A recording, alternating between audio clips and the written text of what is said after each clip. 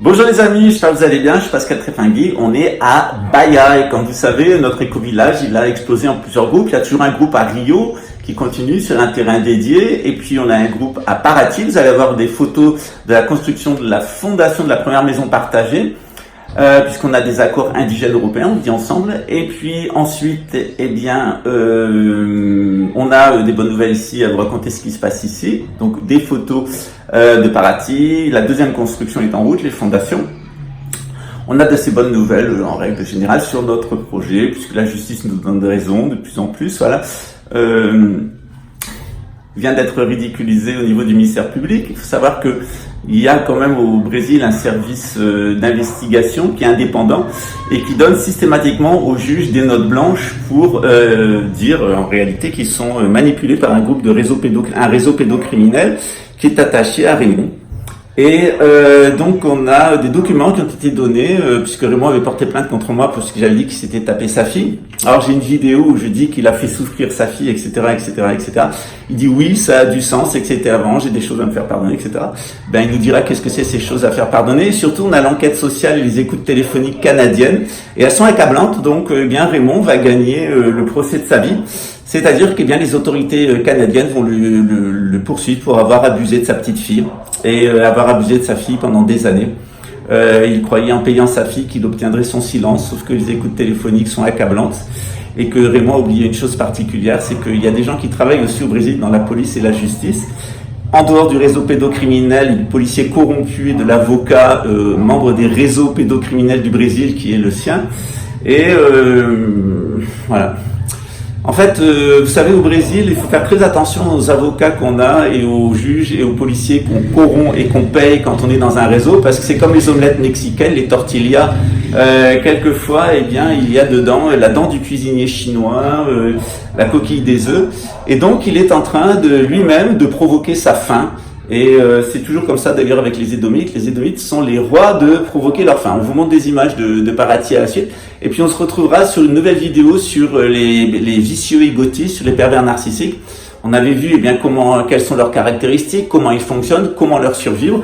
Et on va voir exactement comment se reconstruire dans les faits, parce que j'ai plein de messages de sympathie, aussi beaucoup d'étudiantes, c'est principalement des femmes qui ont subi des hommes pervers narcissiques comme Raymond, des femmes qui se sont retrouvées avec des hommes qui les exploitent, qui les asservissent, qui leur imposent qui se paraissent des hommes charmants avec une belle vie sociale et qui à la maison sont des tyrans, qui maltraitent les gosses, qui les tabassent, des femmes qui se retrouvent dans des conditions psychologiques telles qu'elles sont obligées de prendre des médicaments, de véritables dégueulasses, vicieux pervers qui n'hésitent pas à se taper les gosses.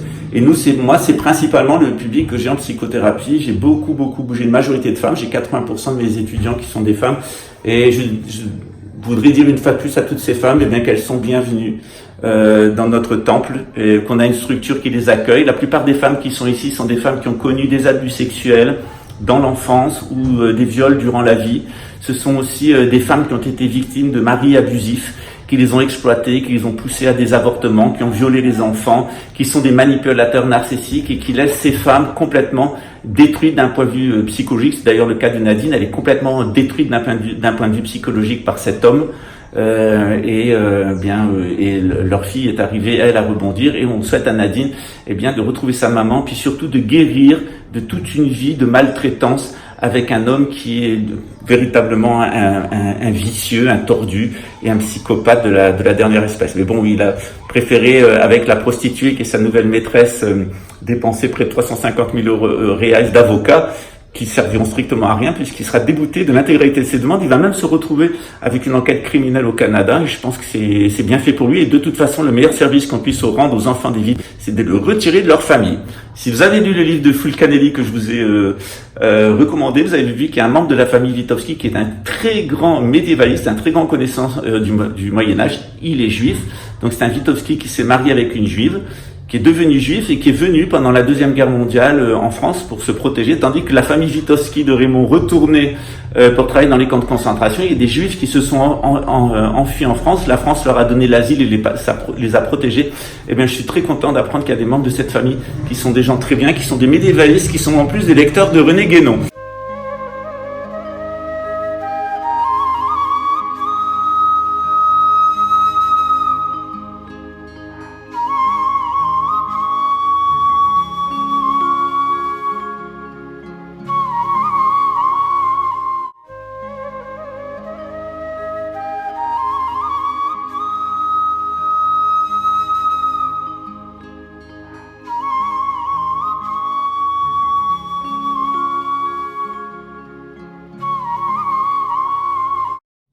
Alors, une question à laquelle je souhaiterais répondre, je vais répondre à plusieurs au fur et à mesure, et bien qu'on reviendra sur le sujet de l'éco-village. Pourquoi on est parti sur des projets de 4-5 personnes maximum? Parce qu'on s'est aperçu, à l'origine, j'avais voulu un grand projet ouvert d'une 50aine de personnes. On s'est aperçu qu'il n'y avait pas d'affinité entre certaines personnes, elles avaient du mal à s'entendre. Et donc, on préfère laisser les gens venir. Ils voient ce qu'on a fait ici, ce qu'on a réalisé. Ils vont au temple, dans nos différentes activités, les différents lieux. Ils s'habituent. Ils voient dans quelle partie du projet associatif et dans du projet coopératif avec les indigènes et aussi les gens de la favela, ils peuvent s'inscrire. Et puis ensuite, eh bien, selon les affinités, ils rentrent dans un des projets. C'est mieux que d'avoir un grand projet où les gens sont tous ensemble avec des problèmes de prise de pouvoir. On ne pouvait pas rester avec un homme qui viole des mineurs d'âge, qui passe par un réseau pédocriminel avec un policier nazi, des complicités à l'intérieur de Consulat de France et tout ce qu'on a vécu. Donc on peut plus se permettre d'être en contact avec de l'ordure nazie, antisémite, qui infiltre notre projet. Et donc d'avoir des petits projets de 4-5 personnes comme ça, c'est ce qu'on a fait. Eh bien c'est mieux parce que ça permet des personnes de se connaître. Il y a des personnes qui se connaissent maintenant depuis 2 ans, d'autres depuis 1 an et demi, d'autres depuis 1 an. Et ça permet ces personnes de partir dans des petits éco-villages à différents endroits du Brésil qui sont animés selon les envies de chacun, les endroits, mais qui restent fidèles à l'esprit de la synarchie, qui restent avec nous et les indigènes et nous et la favela, les gens de couleur de la favela. Et ça permet ensemble d'avoir cette relation. Voilà. Alors, je suis monarchiste, vous le savez, je suis aussi membre du Parti des Travailleurs au Luxembourg. Je suis proche ici, je travaille avec le Parti des Travailleurs du Brésil, mais on peut être de droite, de gauche, etc. Ça n'a pas d'importance. L'essentiel, c'est qu'on aime et qu'on ait compris la synarchie. C'est-à-dire qu'on peut travailler tous ensemble et que personne n'a à prendre le pouvoir. Vous voyez les prises de pouvoir, ce que ça a donné avec Raymond qui voulait prendre le pouvoir à tous les niveaux, au niveau économique pour se faire du fric. Et puis Nadine qui voulait faire la machette de la secte, me transformer en gourou et éventuellement m'empoisonner comme au Rajneesh était empoisonnée pour exercer le pouvoir elle-même. On la retrouvera peut-être en Allemagne dans la forêt noire. Mais en tout cas, on avait vu déjà dans le projet d'Osho Rajneesh qu'est-ce qui dysfonctionnait, on l'avait diagnostiqué. Finddown aussi, il y a aussi un autre groupe qui est en Italie. On a regardé ce qui se faisait dans les éco-villages dans le monde, on a regardé ce qui marchait, ce qui marchait pas. On a beaucoup de gens qui viennent d'anciens éco-villages. Il faut savoir que le couple de Raymond et Nadine avait été refusé dans tous les éco-villages où ils avaient été en contact parce que le renseignement français avait donné l'information qu'il avait des problèmes de pédocriminalité. Voilà.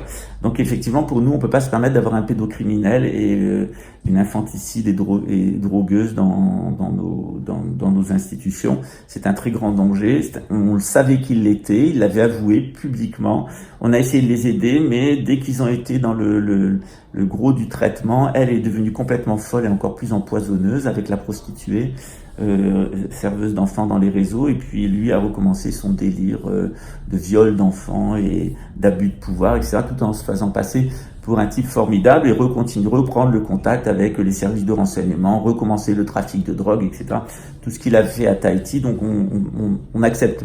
En fait, on accepte des édomites dans d'autres projets et des khazars, mais il faut vraiment, elle c'est une khazar, lui c'est un édomite, mais il faut vraiment qu'ils prennent la ferme résolution de ne pas recommencer, de se mettre au service de la communauté. Et visiblement, je pense que dans les années à venir, on va quand même perdre 500 millions de personnes en espérant que la majorité d'entre eux soient des édomites et des khazars.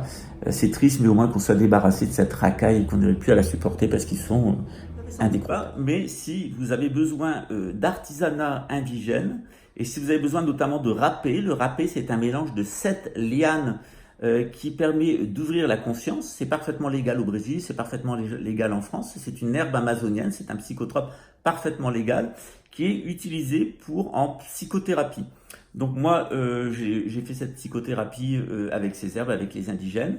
Vous savez que notre ami Tawari, lui, c'est un chaman, c'est un psychothérapeute traditionnel indigène.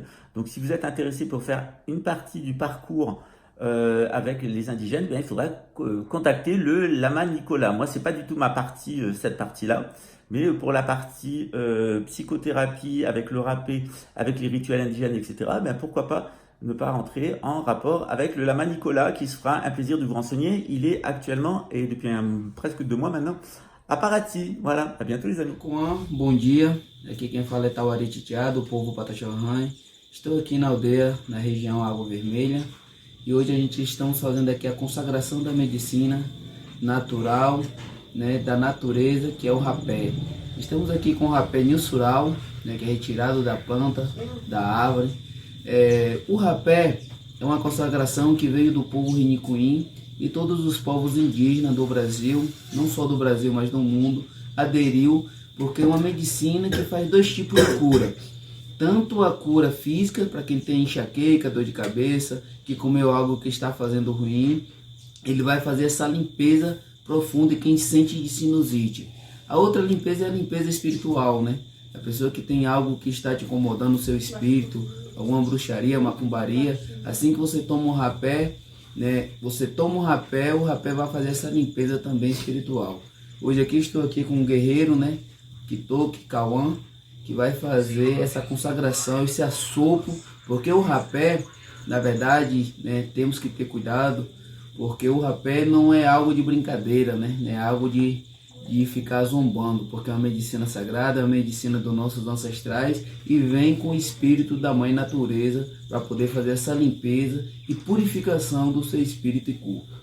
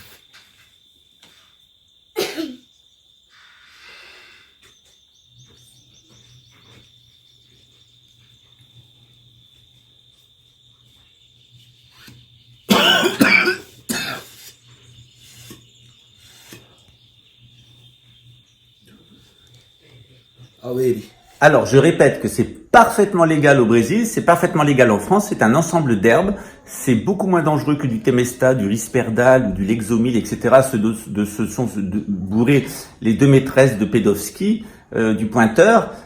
Pourquoi? Parce que ça régénère les parties du cerveau qui sont impliquées dans les accoutumances, notamment si vous êtes accoutumé, si vous avez des accoutumances à la drogue, au café, au sexe, à la téléphonie mobile, à la psychodrogue, ce que vous voulez. Ce traitement d'herbe, c'est l'équivalent de l'iboga au Gabon. Donc on a de l'iboga du Gabon. On peut pas vous la vendre parce qu'en Europe c'est interdit pour vous. Par contre, et on peut pas non plus vous en communiquer parce que c'est interdit. Mais en Europe, mais ici, même la promotion, mais ici c'est parfaitement légal, on peut vendre de l'iboga, on peut en commercialiser, on peut en consommer, on peut se soigner avec. Moi je me suis soigné de mon cancer du poumon grâce à l'iboga et surtout je me suis désintoxiqué de la quantité de drogue chimique et de cocaïne qui avait été mis dans ma nourriture et dans mon café par le couple WC. Et leurs complices, et qui explique que l'état assez allunissant dans lequel j'ai pu être en 2021. Je vous présente mes excuses si vous m'avez parfois trouvé un petit peu bizarre, mais bon, il y a une explication. Et grâce à l'iboga, et on remercie nos amis du Gabon, et surtout grâce au rapé, et merci à Tawari, aux indigènes, parce que c'est les indigènes qui m'ont repris en main. Et donc cette cure, elle est absolument exceptionnelle. Ça, on peut vous en faire parvenir en Europe, ça s'appelle le rapé. Vous l'avez vu ce que fait donc Tawari, ça s'injecte dans le nez, mais ça doit se faire dans un cadre rituel, etc. Donc si vous êtes intéressé, je vous donnerai le numéro de Nicolas que vous allez avoir en dessous et le numéro de Tawari. Donc les indigènes vont vous aider à retrouver votre propre spiritualité. Ce qui est intéressant avec ces herbes, et il y a des études scientifiques qui ont été faites, c'est qu'elles reconstruisent les aires du cerveau, ici et ici sur les côtés, qui sont impliquées dans l'empathie, dans l'amour et dans l'échange avec les autres. Or, le monde moderne, en particulier la pollution électromagnétique, elle a tendance à faire fonctionner que notre cerveau reptilien. Et notre cerveau reptilien, bien, il est froid, il est calculateur et il est complètement néandertalien, c'est-à-dire qu'il est pédophile, il est drogué et il a des pulsions criminelles. Donc, quand on est rentré dans toutes ces thérapies, le couple WC a fui parce que là, c'est une droguée de longue date. Et lui, il tient ces gènes néandertaliennes d'abuseurs sexuels, de violeurs, de menteurs, d'assassins, de destructeurs de ponts. Et pour ne pas se soigner, et ce qui est généralement ce qui arrive avec les gens qui sont pas sincères dans leur volonté de se soigner, c'était le cas chez lui, on l'a vu assez vite. Il n'est pas sincère, de toute façon c'est un menteur pathologique, il a été toute sa vie. C'est une famille d'assassins, c'est un égout cette famille. Alors il y a des gens bien dans cette famille, ceux qui pratiquent le judaïsme et le christianisme, c'est des gens très bien, mais ceux qui ne pratiquent pas de religion, c'est un égout, c'est des gènes de criminels. Et on a bien vu qu'il voulait pas et qu'il allait nous chercher tous les criminels qu'il pouvait trouver pédophiles, qu'il pouvait trouver au Brésil, il allait chercher au consulat de France son avocat, le délégué de la 42 DP, etc. C'est un réseau de pédocriminels, de harceleurs, de menteurs, de voleurs, d'assassins, de trafiquants de drogue. On est vraiment dans les poubelles de l'humanité. Mais ça reste des êtres humains, jusqu'à preuve du contraire. Et nous, notre rôle, c'est de soigner. Voilà. Alors, on préfère s'intéresser aux victimes parce que les auteurs, on en a qu'un, il nous a bien pourri la vie. Voilà, donc notre éco-village, ça sera pas plus jamais un grand éco-village à cause de ses volontés de prise de pouvoir et à cause du consulat de France et à cause du ministre de la Défense de Luxembourg qui ont voulu m'assassiner et qui ont voulu me jeter en prison. Ils ont été démasqués et d'ailleurs vous verrez dans les mois à venir que le ministre de la Défense de Luxembourg, qui est un pédocriminel et qui est impliqué dans les trafics de drogue de la police, de l'armée de luxembourgeoise, va ir en prison et c'est ce qu'on souhaite à Luxembourg en réalité, c'est de se débarrasser de toute cette mafia policière et militaire qui est impliquée dans les abus sexuels d'enfants, dans le trafic d'organes, dans le trafic de drogue, dans le trafic de corruption, etc. On parle du Brésil et de la corruption brésilienne, mais je peux vous assurer que le Luxembourg, ça a vraiment une odeur de merde. Voilà. C'est normal, quand on recycle l'argent sale, faut pas s'étonner de puer du cul. Voilà. Je vous laisse et je vous dis à très bientôt. Ciao, avec nos copains les perroquets.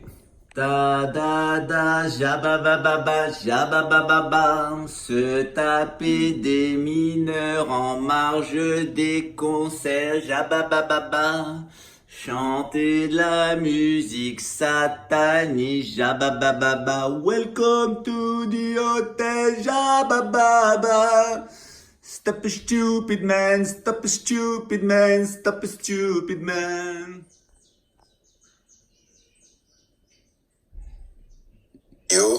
On va juste vous expliquer 2-3 choses. Donc la pseudo-éco-village de Pascal Tréfinguet n'existe même pas. Mais il s'avère que c'est un gros fiasco où il y a 500 000 euros qui a coulé et 100 000 complètement disparus. Et les gens, ils peuvent même pas récupérer justement maintenant les sous qu'ils avaient investis dedans. Tout le monde qui pose des questions reçoit des harcèlements, menaces de mort, menaces de représailles en justice, revanche.